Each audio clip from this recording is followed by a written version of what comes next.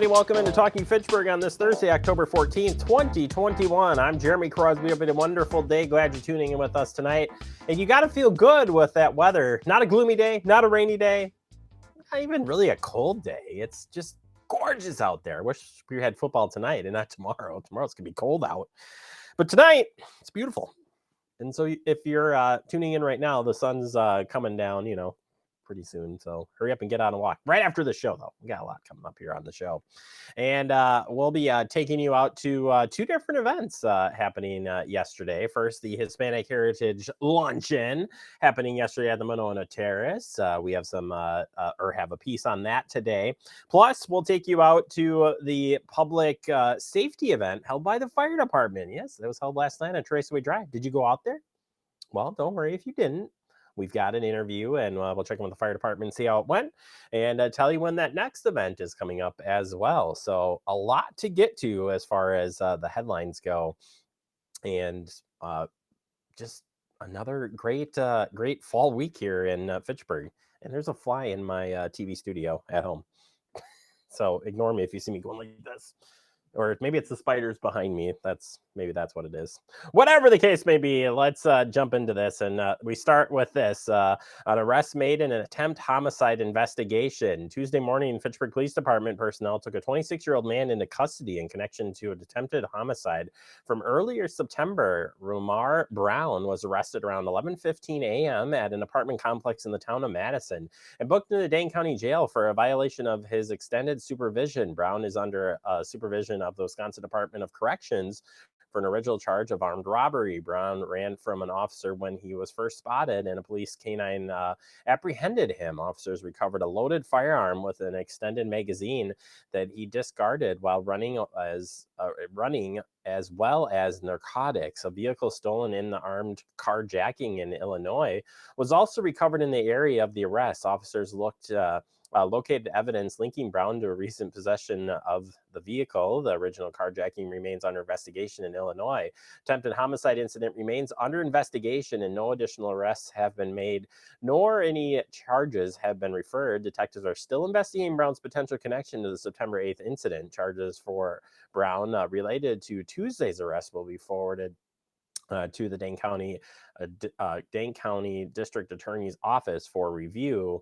And you can see there the firearm we were talking about with the extended magazine there in the photo.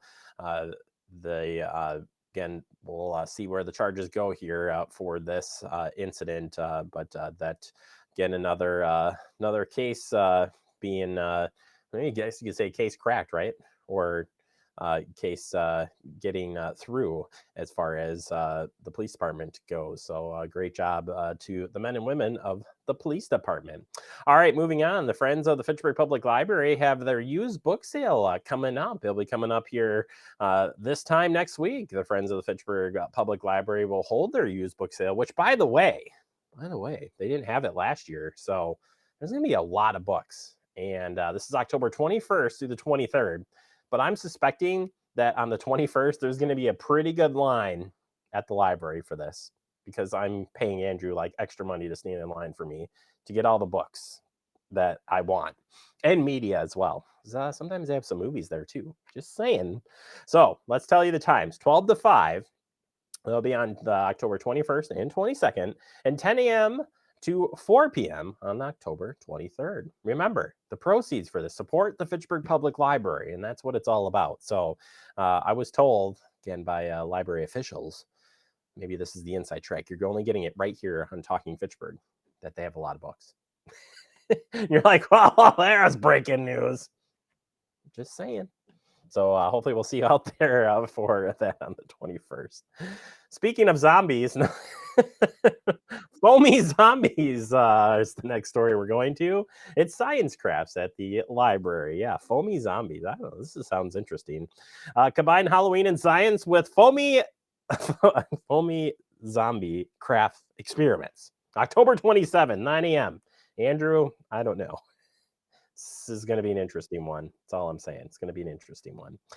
So yeah, step out at the library. You just may want to find out what it is. Just saying. I don't know why I'm saying just saying, but I'm just saying. All right, Clean Sweep Household Hazard Waste Drop-Off event is coming up on the 23rd here of October. This will be hosted in the parking lot at Marketplace Drive behind Funk's Pub in Oak Bay. This is an opportunity to properly dispose of paints, household chemicals, and other hazardous household waste products that shouldn't be placed in your curbside garbage bins. What's really great about this is you're not having to drive all the way over to Clean Sweep. They're coming to you. And I guess what they do each year, they go to a different municipality. So it's been a while since they've been in our area. So we definitely want to make sure you come out for this.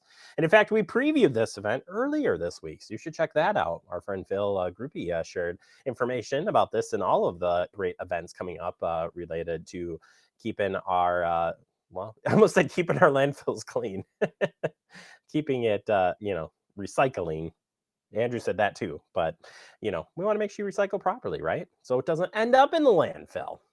Anyway, Dane County Clean Sweep, the Madison Metropolitan School District, and the Madison Area Municipal Stormwater Partnership, all part of this. And you can get your tickets in advance. It's $10 per car. So see the Eventbrite ticket link at the website, fitchburgwi.gov. Get yourself signed up for it. But you can show up day of with your stuff. But I would suggest that you click on the link and check it out just to make sure you're ready to go. And since I'm talking about household cleanup, you're probably like, is this the same as the Recycling Day event? No, they're separate. You heard it here first. Recycling Day event, electronic recycling, the Fall Recycling Day event will be scheduled for Saturday, November 6, 8 a.m. to 11 a.m. at City Hall campus. This event will include confidential paper shredding and recycling, electronics recycling, and the med drop for safe disposal of those prescription drugs. You can check out the brochure online at fitchburgwi.gov. There you can learn about the things you can dispose of. There's also additional costs for the electronic recycling. So please take note of that if you're disposing like huge TV monitors or any size TV monitors, some extra costs there and appliances as well. So make sure you read it before you bring it down so you're not surprised with some additional costs as far as the recycling day goes. And like I said, this is the annual Fall Recycling Day event. We didn't have the spring one, but we are having this one. So I'm sure it's going to be busy. So I would say show up early if you can. All right, finally, Better Business Bureau has some tips, 8 surprising facts about identity theft. We've talked about a lot about identity theft, so these should be things you should know of, but maybe they'll surprise you. Here we go. Number 1, fraud and identity theft rose by 45% from 2019 to 2020. And when you really think about it, probably makes sense, right? Because you're at home more, you're on your computers, all that things. And it says here also the confusion over the COVID-19 pandemic collided with the rapid transition to remote work and learning all came together at the same time. Plus, people lost their jobs, loved ones too. So together, these factors combined to a sharp rise in scam fraud and identity theft, nearly doubling the number of identity theft reports consumers submitted to the Federal Trade Commission in 2019. So that's crazy. Number 2, 29% of all reports submitted to the Federal Trade Commission were about identity theft.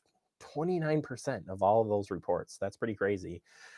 Consumers nationwide submitted 1.4 million reports of identity theft to the FTC's Consumer Centennial Network, and identity theft was the most commonly reported incident, topping common scam types like imposter or an online purchase scams. So yeah, it's definitely happening out there, right? Number 3, reports of thieves taking over accounts have increased 72%. 72% since 2019. That's a startling statistic. As more services shift for online consumers, private information shifts as well. One consequence is a rise in data breaches from businesses and account takeovers for consumers. A study done by a research group discovered that not only are account takeovers growing, they also have a higher risk of financial loss as well. Better you take all of these things, you take it for granted how easy it is to do things sometimes. And it's just the new wave of thieves trying to get your data and financials. So you got to be careful out there. Make sure you change out those passwords routinely and put on that authentic. How do you say that? Two-factor authentication. Thanks, Spamlet. All right, millennials are now the most common target for identity theft. Yeah, you've been picking on the older adults? Not anymore. And I guess I'm a millennial, so that's me too. Consumers between the ages of 30 to 39 made up the largest share of reported identity theft victims. Come on, in 2020, and they remain the most common reporters of identity theft so far this year as well. So not only, I mean, I guess that's the number, right? They're reporting it, but they're also a part of it. So you got to report it when that does come up. Number 5, 23,651 identity theft incidents affected people below the age of 19. Unfortunately, children aren't safe from identity theft, and it is often takes longer to recognize identity theft has occurred when victims are young. Some thieves may even get away with a scheme for years before they're caught. So it's never too early to monitor that credit report. When's the last time you pulled a credit report, Andrew? Social media users are 30% more likely to fall victim to identity theft. Thieves can learn tons of valuable information about their potential victims just by glancing at the social media. Think twice before you post things on social media. Number 7, most consumers underestimate the risk for identity theft. I'm thinking that's probably the most right there for underestimating that it'll never happen. And number 8, identity theft has lasting emotional effects on victims, and that takes a major toll on a victim's mental health. Repairing accounts, requesting refunds, and enhanced privacy safeguards can cause stress, fatigue, and even depression. So I'll link to identity theft. So I would say this list is pretty darn good. Overall, you should report it and take the time. We talk about this stuff all the time here on Talking Fitchburg, and we want to make sure that you're learning something, you're reporting it, and you're staying ahead of it so you don't become a victim of identity theft. All right, that does it for our headlines. I need to take a break. Whew, I'm winded. Coming up next, we're going to take you out to the Hispanic Heritage Month Luncheon. Next, right here on Talking Fitchburg.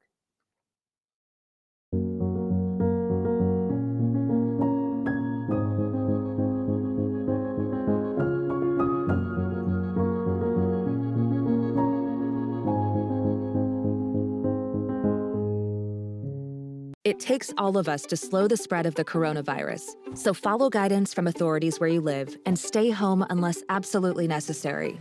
Use a delivery service for essential items like food and medicine. If you must make essential trips, stay 6 feet apart from other people. Wear a cloth face covering and wash your hands for at least 20 seconds as often as possible. Visit coronavirus.gov for the latest information.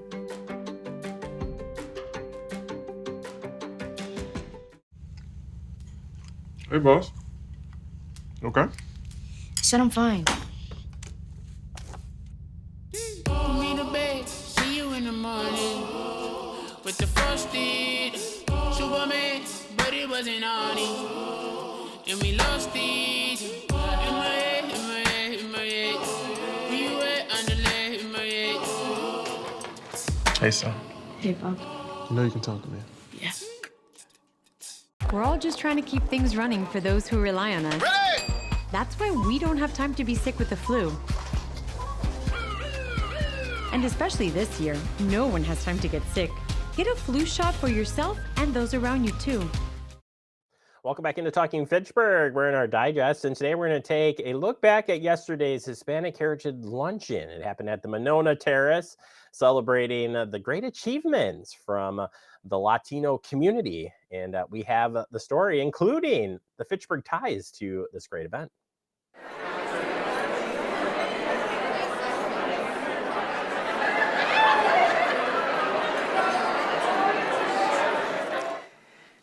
The Hispanic experience, the customs, the culture, the heritage are incredibly, incredibly diverse.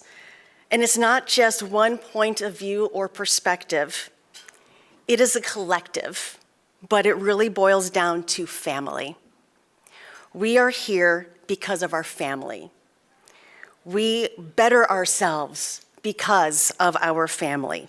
We better our education because of our family, and we better our community because of our family.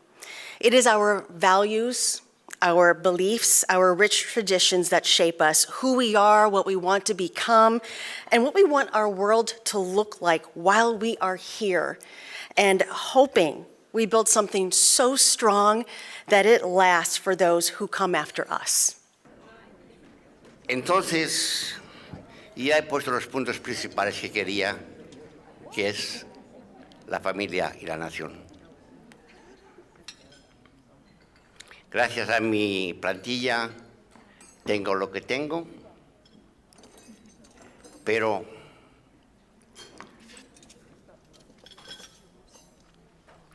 mi corazón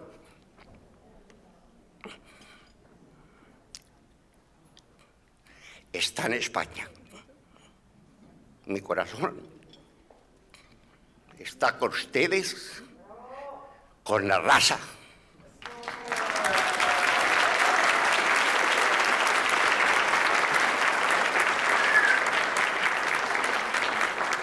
Because when we come together as one community, change happens. A change happens when we empower our emerging leaders and believe in their success. And that's why this award is important. When I look around this room, I see hope, I see leaders, and I see the future. And that future is Latino. Now, don't get me wrong, I don't say this only because I'm a proud Latino, but because no matter which way you slice the tres leches, the numbers and the data show the same truth. And that truth is the Hispanic electorate is the fastest growing demographic in Wisconsin. The percentage of Wisconsinites who identify as Hispanic has almost doubled since 2000, from 3.6% to 7.1% in 2020. And we have proved time and time again that when we come together, we are a force to be reckoned with. And I can say that I know almost everybody in this room. And I can say that I've interacted with you on a number of occasions. And sometimes we don't have to, or we haven't liked each other, but we respect each other. Y eso es comunidad. La educación es de gente, Mario. Your education is how we treat each other, not what a piece of paper says. El respeto es lo básico. Respect is the basic building block for any type of relationship. Y el camino lo hacemos caminando. We make the path walking. And I know, I think for many of us it gets exhausting when we're constantly trying to validate, we're constantly trying to show the data, we're constantly trying to say we're the largest growing demographic, we're the market that needs to, that's growing, and so people need to pay attention to it. I want everybody here to know that those things are true. But change needs to happen because it's just and because our people deserve it. And I carry a little piece of my heart, a little tiny piece that tells me that eventually things will be better for all of us, for all of our people. Not because of all those details, that we'll walk into a room like this and we don't need to validate who we are as people. And that change needs to happen because we really, really deserve it. My mom, my dad, my brother, my sister, every single person in my life that I love, we deserve it. As you can see, I'm from a family of 12 children, and there's more than 12 children here. But I think that word family is what represents what we do. We meet on a Saturday morning at 9 o'clock, which is pretty early for most of us. But I think the beauty of what we have here is a commitment to work together, spirit of trust and understanding. That does not mean we agree on everything, but what we do agree upon is that we're going to work together for our future. We're excited to have Lucia Nunez serve as our convener as we move to the next decade of service. So I want to thank Luis and Lupita, who are also honorary members and of LCA, and I want to let's give a round of applause for all the LCA members. Thank you.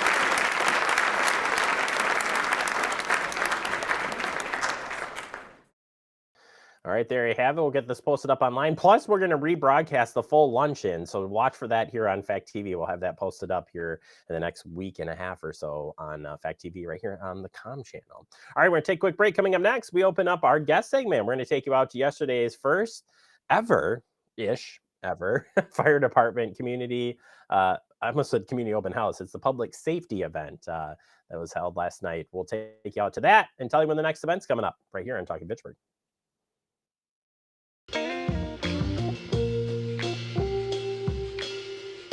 After you joined our family, it was like, I really do feel complete now.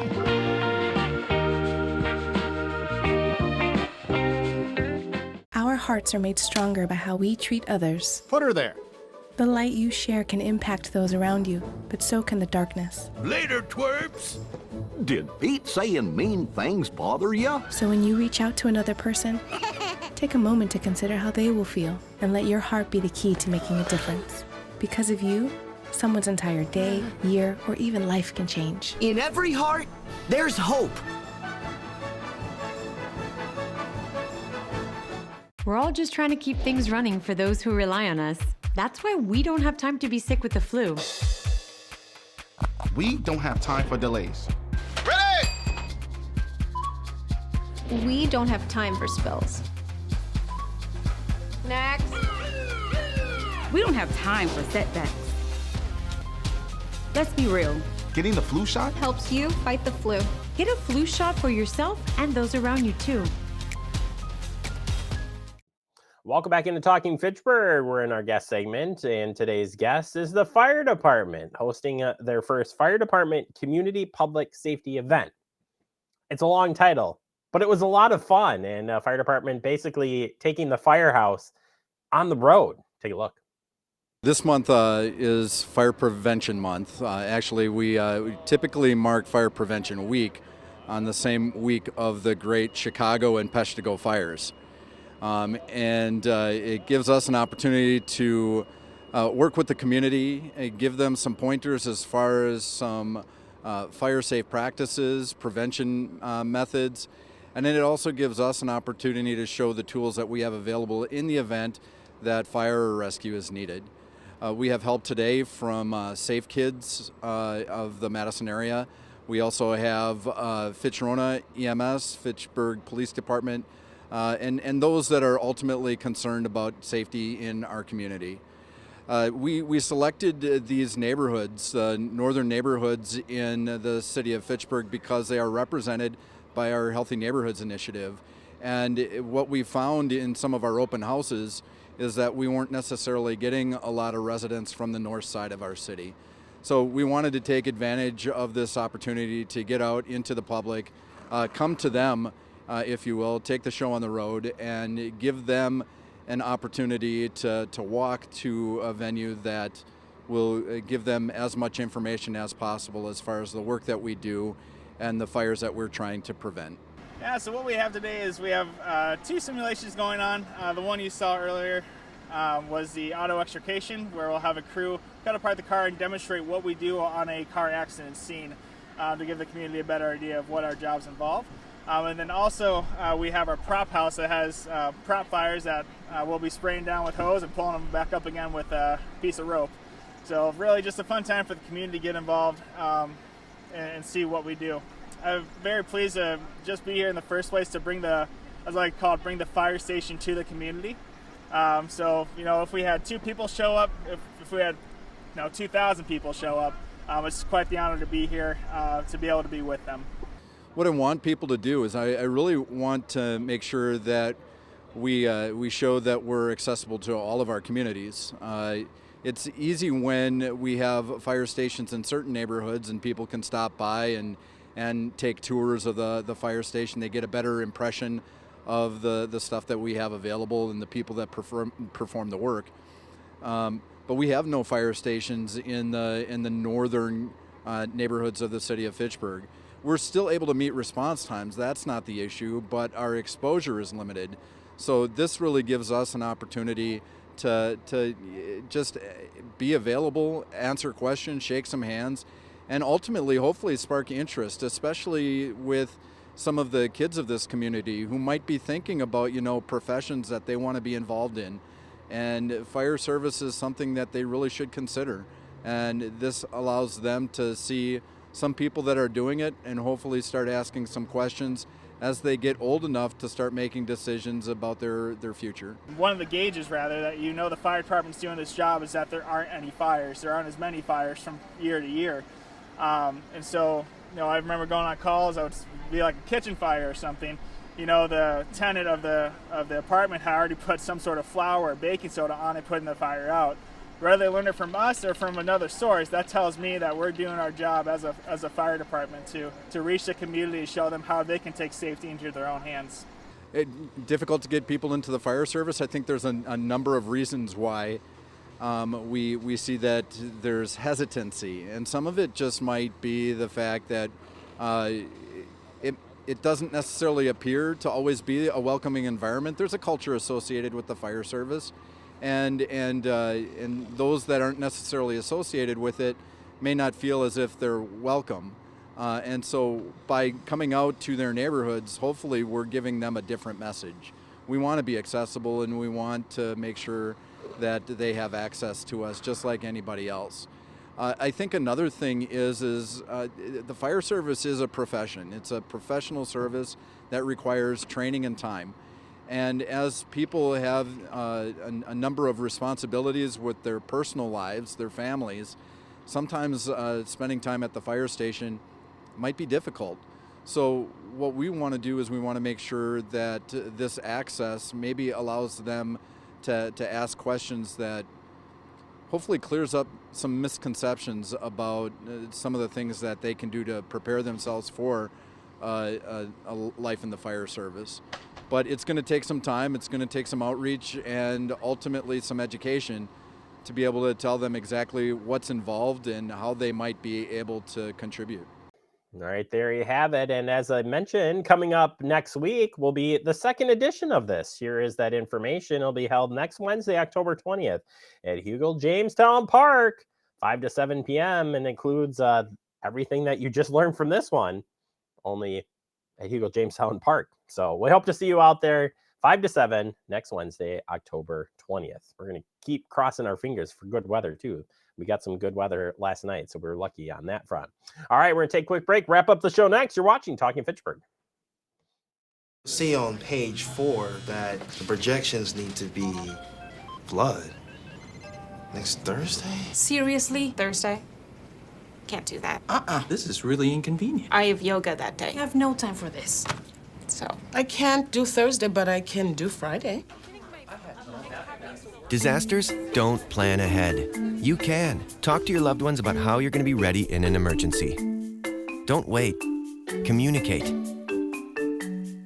Type 2 diabetes can have a big impact on your life, but how can it be prevented? Well, the first step is knowing if you have prediabetes, a serious medical condition that puts you at high risk for type 2 diabetes. 1 in 3 American adults has prediabetes, but more than 80% don't know they have it. The good news is, prediabetes can be reversed, and for many people, healthy changes in their daily routine can make a big difference. Take the 1-minute risk test today at doihaveprediabetes.org.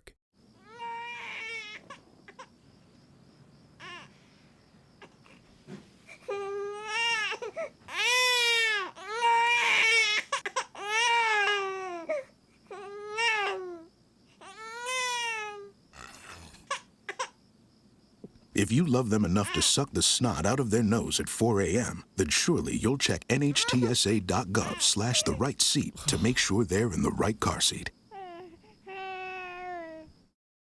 Welcome back into Talking Fitchburg. Wrapping up the show for the day. Well, I don't know who to thank today because it was our staff, right? And it actually was all Scott yesterday. So thank you to our staff, Scott Yarbrough, for going on and capturing all those stories. And guess what? You can capture, or you can watch, not capture, watch all of the shows and interviews that we have for you right here on our great platform. Have a great day.